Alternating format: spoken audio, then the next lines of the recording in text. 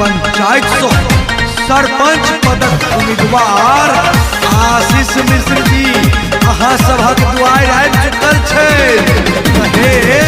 समस्त मतदाता लोग आशीष जी के अपन वोट दी और स्टॉप छाप पर मुहर लगा विजय बनाबी। मतदान के अधिकारी सब वोटर भैया हो, सब वोटर बहनी है।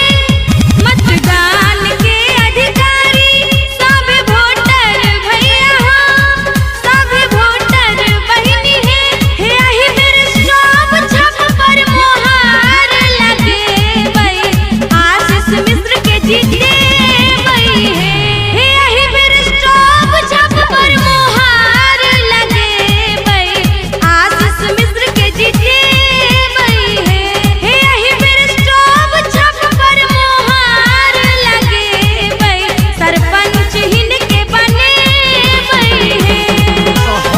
ध्यान देवे न्याय प्रिय सामाजिक सुयोग्य कर्मठ एकमात्र पंचायत ककरौल दक्षिणी उम्मीदवार आशीष मिश्र जी ध्यान राखब क्रम संख्या 1 पर स्टॉप छाप पर मोहर लगा जिनका विजय बनाबी और ककरौल दक्षिणी से सरपंच बनाबी। ककरौल दक्षिणी पंचायत का सरपंच उम्मीदवार, ककरौल दक्षिणी पंचायत का सरपंच उम्मीदवार, सरपंच उम्मीदवार नंबर 1 पर मुहर लगे भाई सब मिलहिन के जीते भाई है। नंबर 1 पर मुहर लगे भाई आशीष मिश्र के जीते भाई है।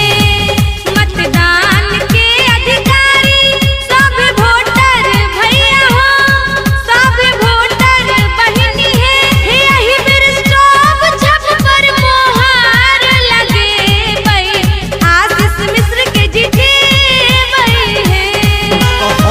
सरवै मौन राखब और संगे संग मौन राखब के संगे दूसरों के कहबै कि आशीष बाबू के स्टॉप छाप पर वोट दो अपन ककरौल दक्षिणी पंचायतक न्यायिक व्यवस्था के सुदृढ़ करथिन।